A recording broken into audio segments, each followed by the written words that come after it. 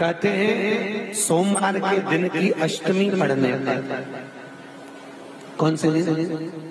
सोमवार के दिन कौन सी तिथि? जम के बोलो, अष्टमी। सोमवार के दिन अगर अष्टमी तिथि पड़े और उस दिन अगर 5 बेलपत्र भगवान शिव को समर्पित कर दी जाए तो व्यक्ति जो सोचकर, जिस कामना से, जिस मनवांछित फल के लिए बेलपत्र चढ़ाता है, उसकी वो कामना मात्र 3 महीने में पूरी हो जाती है। मात्र 3 महीने। एक बात बहुत सुंदर है, ध्यान रखिएगा थोड़ा सा। कभी अगर मौका लगे, सोमवार की अष्टमी पड़ जाए, क्या पड़ जाए? सोमवार की, जम के बोलो जरा, अष्टमी।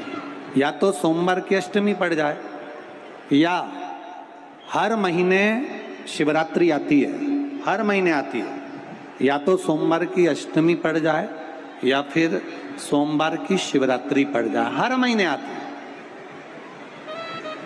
प्रयास करना, कहीं से देसी गाय का दूध मिल जाए, थोड़ा सा दूध देसी गाय का मिल जाए, थोड़ा सा दूध देसी गाय का, थोड़ा सा दूध अगर प्राप्त हो जाए, बेलपत्री के पत्ते से दूध कटोरी में लेकर, मात्र बेलपत्री के पत्रे से एक बूंद अगर दूध, आप 1 बूंद अगर ज्यादा ना मिला हो, 1 चम्मच भी अगर आपको दूध देसी गाय का मिल गया हो, और सोमवार की अष्टमी पड़ जाए या सोमवार की, जम के बोलो, शिवरात्रि पड़ जाए, उसमें केवल अगर देसी गाय का दूध मिल जाए, जर्सी गाय का नहीं हो, देसी गाय का अगर दूध मिल जाए, बेलपत्री के पत्ते से, तुम्हारे घर के अंदर अगर शिवलिंग है या मंदिर में शिवलिंग है या तुम्हारे नजदीक में कोई शिवलिंग है, उस पर बूंद बूंद, एक बूंद अगर शिवलिंग पर दूध समर्पित कर रहे हो, श्री शिवाय नमस्तुभ्यम, नमः शिवाय, या षडाक्षर मंत्र ओम नमः शिवाय, या 33 अक्षर का मंत्र महामृत्युंजय मंत्र, इसका स्मरण कर कर शिव जी पर देसी गाय का दूध समर्पित कर कर इस बेलपत्री को अशोक सुंदरी वाली जगह पर अगर आप समर्पित कर देते हैं, फिर आप जिस भी चीज के लिए अप्लाई करें, मेरा देवाधिदेव महादेव आपका हाथ पकड़कर खींचकर आगे बढ़ा ही दे। मेहनत करना,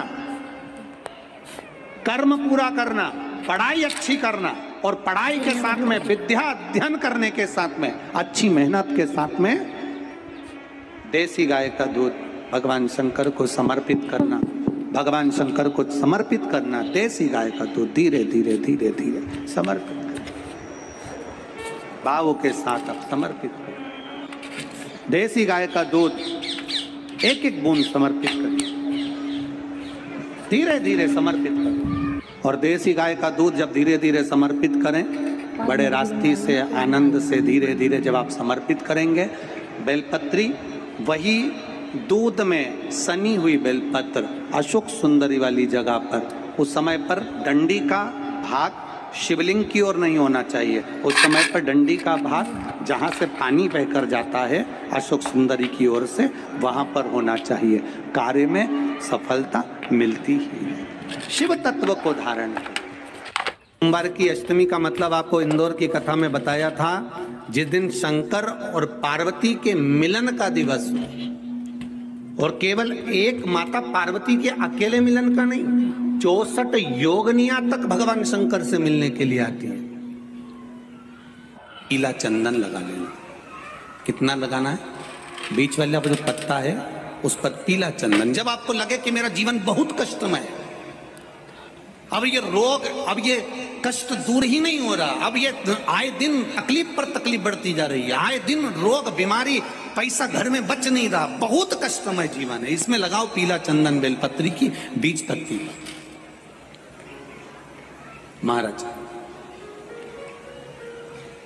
और बीज पत्ती पर जब चंदन लग जाए, लगने के बाद में ये दोनों पत्ती पर लाल चंदन लगा लीजिए। इन दोनों पत्ती के बीच में जो डंडी का भाग होता है, आपको कहा था, आपको स्मरण में होगा शायद, हमने जब बेलपत्री की महत्वता बताई थी तो उस बेलपत्री की महत्वता में कहा था ब्रह्मा विष्णु महेश ये 3 हैं, बोला था। बीच में ये बड़ी पत्ती से लेकर जो 2 पत्तियां होती हैं, इनके बीच में जो जगह बचती है, इसमें माँ पार्वती के 64 योगनियां, माँ पार्वती अपनी पूर्ण सिद्धि के साथ में जितनी भी देवी के स्वरूप हैं, वो माता 64 योगनियां देवी के स्वरूप में यहाँ पर विराजमान होती हैं। 2 पत्ती के नीचे से जो डंडी होती है नीचे तक, ये पूरी डंडी में 33 कोटि देवी देवताओं विराजमान होते हैं इस पूरी डंडी के अंदर। तो ये बीच वाली पत्ती है, ये जो बीच वाली पत्ती का जो भाग होता है, इस पत्ती के भाग में शहद का प्रयोग कर कर, यहाँ पीला चंदन, लाल चंदन, शहद का प्रयोग कर कर, इसी तरह से पकड़कर ये बेलपत्री की जो डंडी है वो अशुक सुंदरी पर जब आप समर्पित करें तो जहां से जल बहता है उस ओर पर इस पत्ती को चढ़ाकर केवल आपके हृदय की बात कहकर देवाधिदेव महादेव से कोई भी शिव जी का मंत्र, पंचाक्षर नमः शिवाय, षडाक्षर ओम नमः शिवाय, श्री शिवाय नमस्तुभ्यम, या महामृत्युंजय मंत्र, जो शिव का मंत्र हो आपके पास में, उसको बोलते हुए देवाधिदेव महादेव को धीरे धीरे जल की धार चढ़ाना प्रारंभ करो। जल की धार जब पूर्ण होने लगे, उसमें थोड़ा जल बचे, तब अशुक सुंदरी पर जो तुमने बेलपत्र चढ़ाई है वहां उस जलधार को चढ़ाएं। ये प्रयोग आपको केवल सोमवार की अष्टमी पड़ने पर ही करना है। कौन से दिन करेंगे? जम के बोलिए जरा।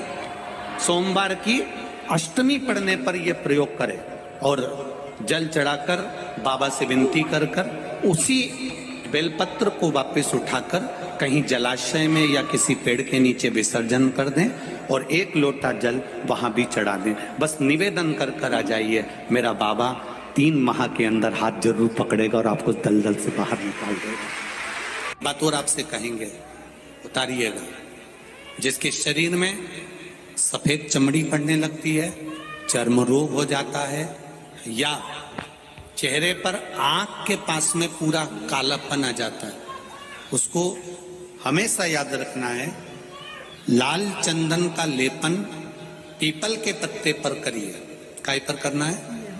पीपल के पत्ते पर लाल चंदन का लेपन करिए। लेपन कर कर सोमवार की अष्टमी के दिन उसको लेपन कर कर वापिस निकाल कर शंकर भगवान पर उसका धीरे धीरे त्रिपुंड बनाकर लेपन करना प्रारंभ करिए। जब आप त्रिपुंड बनाकर लेपन करना प्रारंभ करें, उसके बाद उस चंदन को जो सोमवार की अष्टमी है तब निकाल कर लिया है और निकाल कर लाकर उसको डब्बी में रख लें। उस चंदन का प्रयोग चर्म रोग के स्थान पर थोड़ी थोड़ी मात्रा में करना प्रारंभ करें, पानी के साथ मिलाकर। परंतु उस चंदन को केवल 6 से 7 दिन में प्रयोग करिएगा, ज्यादा नहीं। धीरे धीरे चमड़ी, परंतु उसको सोमवार की अष्टमी के दिन सिद्ध कर कर बनाना है। उसको सोमवार की अष्टमी के दिन चढ़ाना है श्री शिवाय नमस्तुभ्यम या ओम नमः शिवाय या पंचाक्षर मंत्र या महामृत्युंजय मंत्र, जो आपको आता हो, शिव जी का जो नाम आपको याद हो उसको बोलकर चढ़ा, उसको लिया, फिर उसको अपने शरीर पर लगाना प्रारंभ करो। उसका फल आपको 15 दिन के अंदर धीरे धीरे धीरे धीरे प्राप्त होना प्रारंभ। हर हर महादेव, ओम नमः शिवाय। कैसे आप सभी लोग? आशा करती हूँ आप सभी बहुत अच्छे होंगे। जो भी भाई बहन मेरे चैनल पर नए आए हैं, मेरे चैनल को सब्सक्राइब कर लें एंड कमेंट में महादेव का नाम लिखना ना भूलें। हर हर महादेव तो लिख ही दें। देखिए, करना क्या है आपको, जिस व्यक्ति के शरीर पे चर्म रोग है या कोई भी अन्य बीमारी है, तो उस व्यक्ति के लिए बहुत ही सरल उपाय बताया है प्रदीप मिश्रा जी ने। शिव पुराण के उपाय हैं जो हम आपको बताने का प्रयास कर रहे हैं, कथा के उपाय हैं जिन उपायों को हम सरल तरीके से बताने का उपाय आपको कर रहे हैं।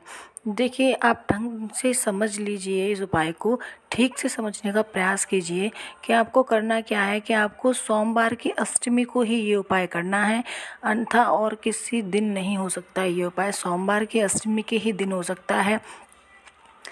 तो आपको जाना है शिव मंदिर जाना है और आपको लेके जाना है कोई भी सा चंदन हो, पीला हो, लाल हो, कोई भी चंदन हो। आप उस चंदन को लेके शिव जी के मंदिर जाना है।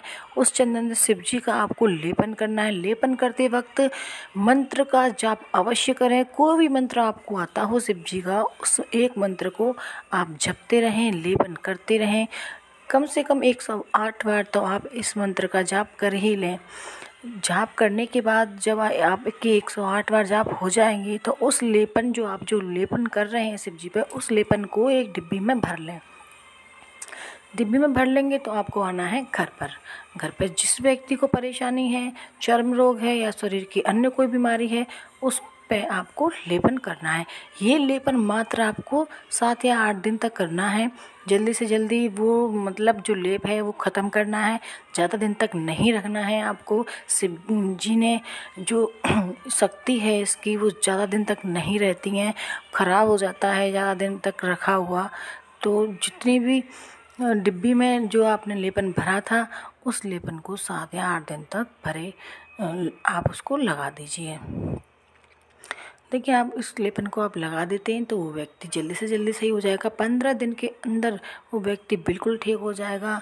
अगर थोड़ा बहुत भी रह जाता है उसके शरीर पर चर्म रोग, तो फिर से आप इस उपाय को कर सकते हैं और सोमवार के अष्टमी के दिन ही कर सकते हैं। वो व्यक्ति बिल्कुल अवश्य ही सही होगा। शिव पुराण के उपाय ही बताने का हम प्रयास कर रहे हैं आपको सरल तरीके से। पंडित प्रदीप मिश्रा जी ने कथा में बता ही दिया है। आप इन उपायों को सुनने का प्रयास कीजिएगा, फिर इन उपायों को करना। एक बार प्रैक्टिकल करके अवश्य देखना, ताकि आपके जो भी रोग हैं शरीर के वो बिल्कुल सही हो जाए। हमारी वीडियो देखने के लिए धन्यवाद।